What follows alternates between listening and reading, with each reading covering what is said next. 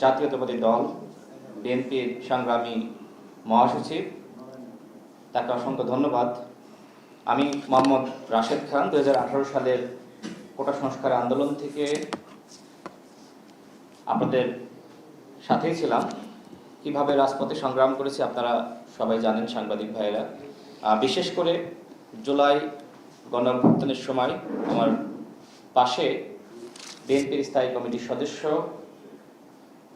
জনাব সালাউদ্দিন আহমেদ এবং আমি রাশেদ খান, গণ অধিকার পরিষদের সভাপতি নুরুল হক নূর, আমরা তিনজন একসাথে এই আন্দোলন সংগ্রাম সমন্বয় কাজ করার সুযোগ হয়েছে। এবং আমাদের সংগ্রামী মহাসচিব যে সময় তিনি গ্রেপ্তার হন, বিএনপির সংগ্রামী মহাসচিব আমাদের সালাউদ্দিন আহমেদ ভাই, তিনি ইন্ডিয়া থাকলেও এই আন্দোলনকে যেভাবে সমন্বয় করেছেন, এবং আমার ভূমিকা সম্পর্কে আসলে আমি বলতে চাই না, সালাউদ্দিন আহমেদ ভাই তিনি জানেন, তিনি বলবেন।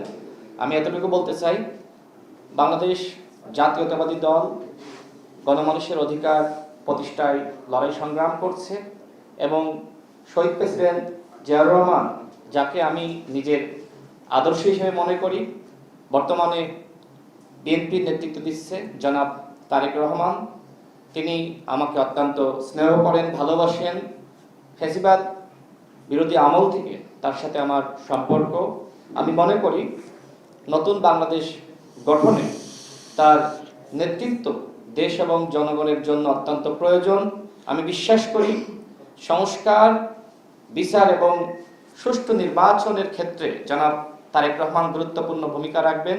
আমি রাশেদ খান আজকে বিএনপিতে যোগদান করেছি এবং জনাব তারেক রহমানের নেতৃত্বে ইনশাআল্লাহ দেশ এবং জনগণের জন্য সংগ্রাম করে যাব, কাজ করে যাব।